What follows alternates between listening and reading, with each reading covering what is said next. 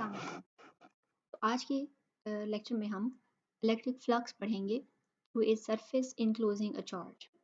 ठीक है, तो यानी ये कि हमारे पास एक क्लोज सरफेस है और उसके अंदर एक चार्ज पड़ा हुआ है। हम देखेंगे कि इलेक्ट्रिक फ्लक्स लाइन जो है वो सरफेस के ऊपर या इलेक्ट्रिक फ्लक्स जो है वो सरफेस पे क्या है, या हम ये देखेंगे कि इलेक्ट्रिक फील्ड लाइंस हैं कितनी पास कर रही हैं उस सरफेस के अंदर से। ठीक हो गया। तो इसके लिए हम सपोज कर लेते हैं आसानी के लिए कि हमारे पास वो जो सरफेस है वो एक स्फीयर है। ठीक हो गया। हम एक स्फीयर कंसिडर कर रहे हैं जिसका रेडियस जो है वो r है। आप इसको स्फीयर आप समझते होंगे, स्फीयर जो है वो 3 डायमेंशनल गोल बॉडी होती है, जैसे कि बच्चों के खेलने वाला फुटबॉल, तो वो जो है वो एक स्फीयर है। अगर हम उसको ड्रॉ करें तो कुछ इस तरह करके जो है वो ये नज़र आएगा, जिस तरह करके हम उसको ड्रॉ कर सकते हैं।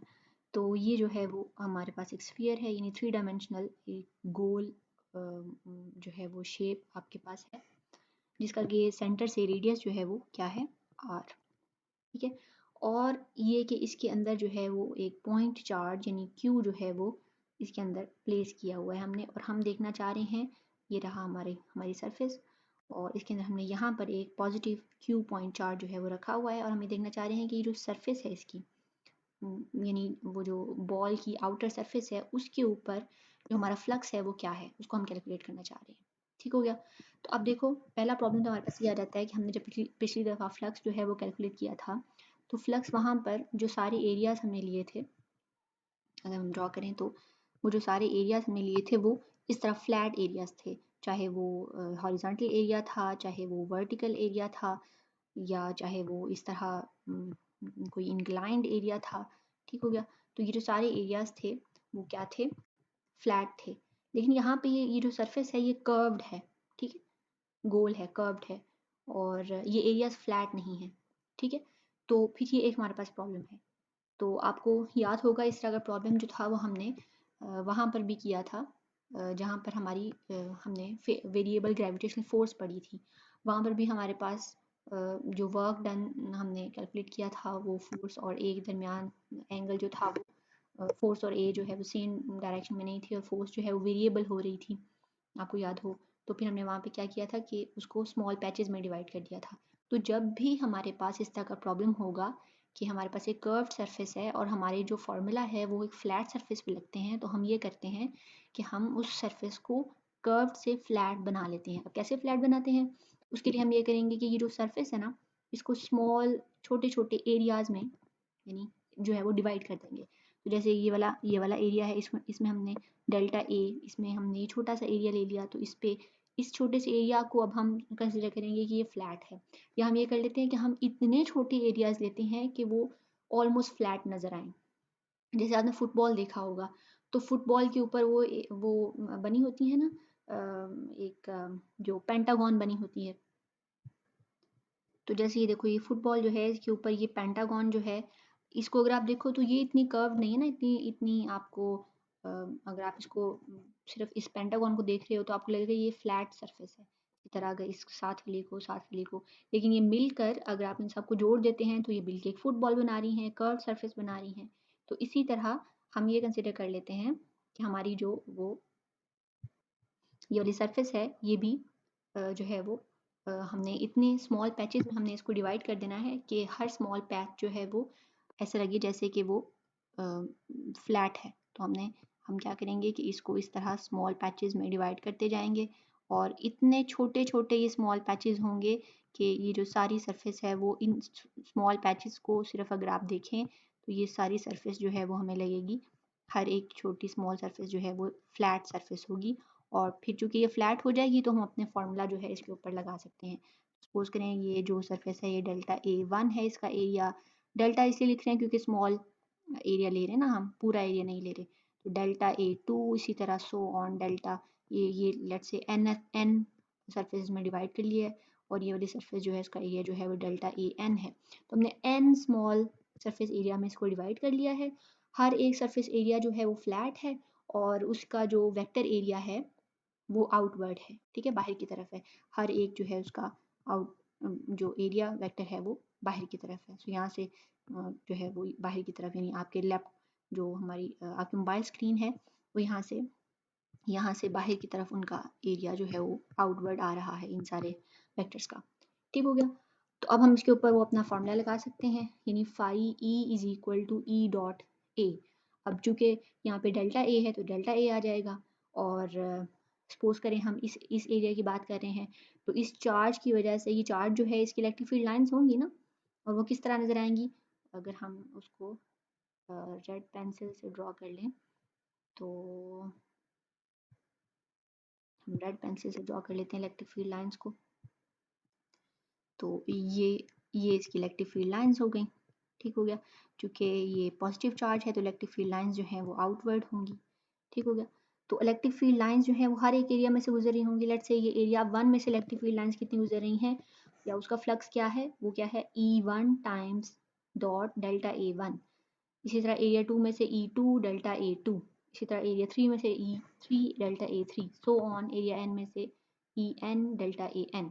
तो हमारा टोटल फ्लक्स जो है वो हर एक एरिया में से, चूंकि हमें पूरी सरफेस का फ्लक्स कैलकुलेट करना है, तो वो क्या होगा कि हर एक एरिया में से जो फ्लक्स गुजर रहा है उन सब का सम।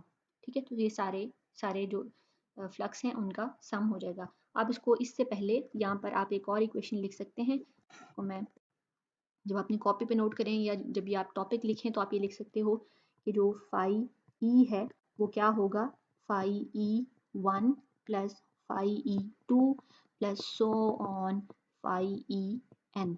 और फिर आप फाई ई 1 की लिखोगे वैल्यू E1 डेल्टा A1, फिर फाई 2 की E2 डेल्टा A2, इसी तरह 3 की 3 वाली और n की n वाली। ठीक हो गया। अब देखो कि ये जो सारी सरफेस है इसका रेडियस तो एक ही है, और इलेक्ट्रिक फील्ड जो है वो रेडियस पे डिपेंड करती है। अगर आप देखो तो ये उसका फॉर्मूला है इलेक्ट्रिक फील्ड का। तो इलेक्ट्रिक फील्ड रेडियस पे डिपेंड करती है, तो चूंकि एक ही डिस्टेंस या एक ही रेडियस पे सारी इलेक्ट्रिक फील्ड हम ले रहे हैं, तो ये सारी इलेक्ट्रिक फील्ड बराबर ही होनी चाहिए ना।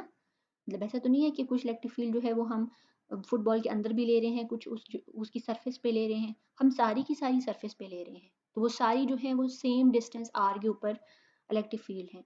तो चूंकि डिस्टेंस सेम है इसलिए इलेक्ट्रिक फील्ड की जो स्ट्रेंथ होगी वो भी सेम होगी। तो मुझे बजाय इसके कि मैं लिखूं E1 फिर E2 E3, तो मैं इन सारे ईज को एक ई लिख सकती हूँ, यानी मैं इसको सिंपली ई लिख सकती हूँ, क्योंकि ई जो है वो हर जगह पर सेम होगी। ठीक हो गया। तो इसलिए ये जो मेरा ई है जो कि एक वेक्टर है, और हाँ इस ई को हम वेक्टर की बजाय, अब ये भी तो करना है कि यहाँ पे डॉट है, ई भी वेक्टर है ए भी वेक्टर है, तो इसका जो ये जो स्केलर प्रोडक्ट है इसको भी बताना है कि क्या है। तो ये क्या हो जाएगी, ई डॉट ए को हम लिखेंगे कि ई डॉट डेल्टा ए जो है वो हो जाएगा ई ए डेल्टा ए कॉस थीटा। और कॉस थीटा क्या है यहाँ पे, तो ई जो है देखें ई की डायरेक्शन और ए की डायरेक्शन सेम है, ई भी आउटवर्ड है चार्ज चूंकि पॉजिटिव है, ई भी आउटवर्ड है ए भी आउटवर्ड है, दोनों की डायरेक्शन सेम है, तो कॉस क्या हो जाएगा, एंगल क्या हो जाएगा 0, और कॉस क्या हो जाएगा 1।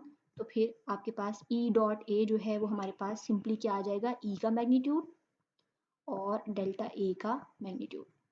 और ई का मैग्नीट्यूड चूंकि E1 E2 था तो वो सारे हम ई लिख देंगे क्योंकि इलेक्ट्रिक फील्ड सेम होगी। और चूंकि सारे ई हैं तो यहाँ पे भी E1 की जगह भी ई आ जाएगा, E2 की जगह भी ई आ जाएगा, E3 की जगह भी ई आ जाएगा, सब की जगह ई आ जाएगा, और वो ई जो है वो यहाँ आप उसको बाहर ब्रैकेट से लिख सकते हैं, और अंदर आपके पास आ जाएगा delta A1 delta A2 delta A3 so on delta AN। ठीक हो गया। तो ये हमारा फ्लक्स हो गया। और फिर आप ये जो डेल्टा A1 डेल्टा A2 वगैरह हैं ये क्या है, ये आपके एरियाज हैं। तो आप देखो कि ये जो सारी सरफेसेस को हमने n एरियाज में डिवाइड किया था ना, तो अब अगर n एरियाज को हम सम अप कर दें तो ये टोटल सरफेस का एरिया बन जाएगा। और ये सरफेस क्या है, ये सरफेस है एक सफ़ियर। ठीक हो गया। तो सफ़ियर का जो एरिया होता है वो क्या होता है, वो होता है 4πr²। ठीक हो गया। तो जो सर्कल होता है उसका πr² होता है और सफ़ियर का 4πr² होता है।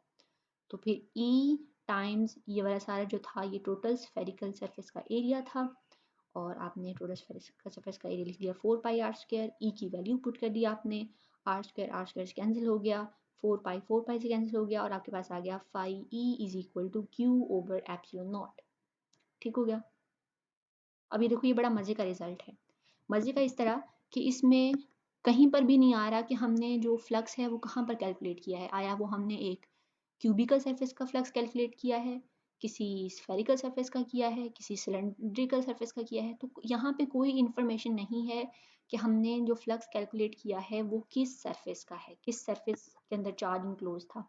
इसका मतलब ये हुआ कि अगर मैं चार्ज को जो कि स्फेरिकल सरफेस के अंदर इंक्लोज था एक और सरफेस के अंदर इंक्लोज कर दूं जो कि इस शेप की हो, जो कि यहाँ पे आपको दिखाई हुई है पर्पल सी, अगर इस शेप की सरफेस हो तो अगर मुझे इसके ऊपर भी फ्लक्स कैलकुलेट करना है तो यहाँ पर भी फ्लक्स जो है उसकी value Q over epsilon not ही होगी, क्योंकि जब मैं कैलकुलेट करती हूँ तो सारे वो फैक्टर्स जिन पे कि एरिया सरफेस का डिपेंड करता है वो तो कैंसिल हो रहे हैं। हमारे पास आंसर में सिर्फ Q आ रहा है और एप्सिलॉन नॉट आ रहा है। इसका मतलब है कि फ्लक्स किस किस चीज़ पे डिपेंड करता है, चार्ज पे डिपेंड करते हैं कि कितना चार्ज इंक्लोज है, 1 कूलम है, 15 कूलम है, 20 कूलम है, 2000 कूलम है, कितना चार्ज इंक्लोज है।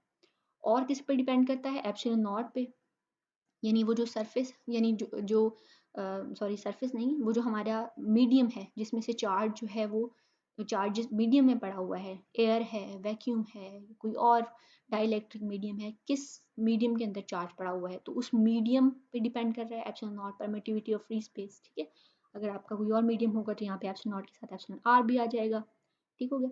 तो इस तरह फ्लक्स जो है वो सिर्फ दो चीज़ों पे डिपेंड कर रहा है, और इन दोनों चीज़ों में से एक चीज़ ये वाली एप्सिलॉन नॉट तो कांस्टेंट है 1/एप्सिलॉन नॉट, और फिर हमारे पास रह जाता है सिर्फ चार्ज। इसका मतलब है कि फ्लक्स डिपेंड कर रहा है कि आपकी सरफेस के अंदर कितना चार्ज इंक्लोज है, लेकिन ये फ्लक्स जो है वो इस पर बिल्कुल डिपेंड नहीं कर रहा कि आपकी सरफेस जो है वो स्फेरिकल है, वो सिलेंड्रिकल है, वो क्यूबिकल है, वो ट्राइंगुलर है, वो किसी भी तरह की सरफेस हो सकती है।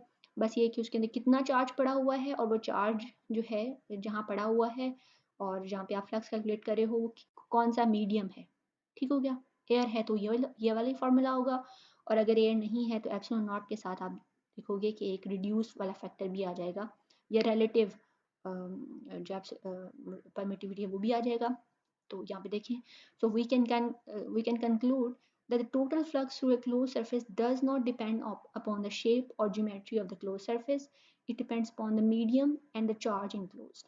ठीक हो गया। तो ये एक बड़ा जो है वो मजे का रिजल्ट है। इस फॉर्मूला को भी आपने याद रखना है। अभी तक हमने 3 फार्मूलाज पढ़े हैं, बल्कि 4 फार्मूलाज पढ़े हैं जो आपको याद रखने हैं। एक तो आपका फॉर्मूला है फोर्स का फॉर्मूला, एक आपका इलेक्ट्रिक फील्ड का फॉर्मूला है, और फिर इलेक्ट्रिक फील्ड के आपके 2 फार्मूला है ना, एक तो फोर्स पर यूनिट चार्ज वाला, और फिर आपका दूसरा जो है वो ये वाला फॉर्मूला, ये वाला। और इसी तरह फिर आपने अभी ये वाला फॉर्मूला पढ़ा फाई का ई डॉट ए वाला फॉर्मूला है एक तो, और एक फाई का फॉर्मूला है क्यू ओवर एप्सिलॉन नॉट। आप यूँ कीजिए कि आपने जो अपना न्यूमेरिकल वाला रजिस्टर बनाना है, और उसमें आप एक रजिस्टर बना लें और उसमें चैप्टर 1 और फिर उसके सारे फार्मूलाज भी लिखना शुरू कर दें जो जो आपको उस चैप्टर में यूज़ होने हैं। ठीक हो गया। तो अभी तक हमने ये वाले फार्मूलाज पढ़े हैं। आगे ये छोटा टॉपिक है गॉसेस लॉ, जो कि ऊपर इसी फ्लक्स की वैल्यू से रिलेटेड है, तो इसको भी देख लेते हैं हम। तो गॉसेस लॉ क्या है कि अब सपोज करो हमारे पास ये एक सरफेस है, और इस सरफेस के अंदर एक चार्ज नहीं है इनक्लोज जैसे इसमें था, इसमें अब ढेर सारे चार्जेस हैं। ये Q1 चार्ज है, ये Q2 चार्ज है, Q3 है, सो ऑन Qn चार्जेस जो हैं वो इस सरफेस के अंदर इनक्लोज हैं। ठीक हो गया। तो अब अगर इसका फ्लक्स हमें मालूम करना हो तो फ्लक्स क्या होगा, तो अभी ऊपर हमने फॉर्मूला पढ़ा फ्लक्स का कि जो फ्लक्स है, फ्लक्स जो है वो क्या है, वो charge enclose divided by epsilon not है। तो अगर चार्ज एक होता तो ये एक ही चार्ज आता, लेकिन अब चूंकि n चार्जेस हैं तो फ्लक्स जो है वो ड्यू टू चार्ज 1 जो है वो हो जाएगा। यानी आप अगेन लिखोगे कि फाई ई क्या है, phi E 1 plus phi E 2 plus so on phi E n। तो आप लिखोगे कि पहले जो चार्ज है उसकी वजह से, पहले चार्ज की वजह से फ्लक्स जो है वो Q1 और एप्सिलॉन नॉट है। एप्सिलॉन नॉट तो चेंज नहीं होगा ना, ये तो कांस्टेंट है, Q चेंज होगा। इसी तरह 2 की वजह से Q2 ओवर एप्सिलॉन नॉट 2 है, 3 की वजह से 3 है, 4 की वजह से Qn, n की वजह से Qn ओवर एप्सिलॉन नॉट है। तो फिर हमारा जो फ्लक्स है वो क्या हो जाएगा, यहाँ पे एप्सिलॉन नॉट चूँकि सब में सेम है तो इसको बाहर निकाल दीजिए, 1 ओवर एप्सिलॉन नॉट बाहर आ गया, और बाकी जो चार्जेस हैं सारे सम अप हो गए। ये वाला charge Q1 Q2 Q3 so on Qn, तो ये सारे चार्जेस मिलके क्या बना रहे हैं, ये टोटल चार्ज बना रहे हैं जो कि उस सरफेस के अंदर इंक्लोज है। यानी इस सरफेस के अंदर जो टोटल चार्ज इंक्लोज था सॉरी, वो सारे चार्जेस का इन सारे चार्जेस का सम है। तो हमने गॉसेस लॉ को मोर जनरल फॉर्म में लिख दिया। पहले तो ये था कि गॉसेस लॉ हमने सिर्फ एक चार्ज की वजह से लिखा था, अब हम गॉसेस लॉ को प्रॉपरली डिफाइन कर देंगे। तो ये गॉसेस लॉ की प्रॉपर डेफिनेशन है। यहाँ पे कैपिटल क्यू जो है वो इसलिए आ रहा है क्योंकि ये टोटल चार्ज को रिप्रेजेंट कर रहा है, स्मॉल क्यू जो था वो एक चार्ज था। तो कैपिटल क्यू का मतलब है कि जो total charge enclose by the surface है। इसका मतलब है कि फिर गॉसेस लॉ क्या हो गया, it's the flux through any close surface is 1 over epsilon naught times the total charge enclosed by that surface। ठीक है, यानी गॉसेस लॉ जो है वो फ्लक्स को बताता है, और वो बताता है कि जो फ्लक्स है, हमने एक डेफिनेशन तो उसकी पहले पढ़ी ई डॉट ए वाली, अब उसी से हमने एक और डेफिनेशन बनाई है, और वो डेफिनेशन क्या है, that the flux through any close surface. Any close surface का मतलब है वो क्लोज सरफेस किसी भी शेप की हो सकती है, हमने देखा वो शेप पे डिपेंड नहीं कर रहा। Through any close surface the flux is equal to 1 over epsilon naught times the total charge enclosed by that surface. ठीक हो गया। तो ये भी इंपॉर्टेंट है इसकी डेफिनेशन, इसको भी आपने जो है वो अच्छे से याद कर लेना है। इसकी डेफिनेशन के साथ आप ये भी ये वाला सारा भी आप लिख सकते हैं। ठीक हो गया। तो ये हमारा आज का टॉपिक था। नेक्स्ट हम इंशाल्लाह जो है वो इसकी गॉसेस लॉ की आई गेस एप्लीकेशंस जो हैं वो पढ़ेंगे। ठीक हो गया। तो आज के लिए इतना ही। अल्लाह हाफिज़।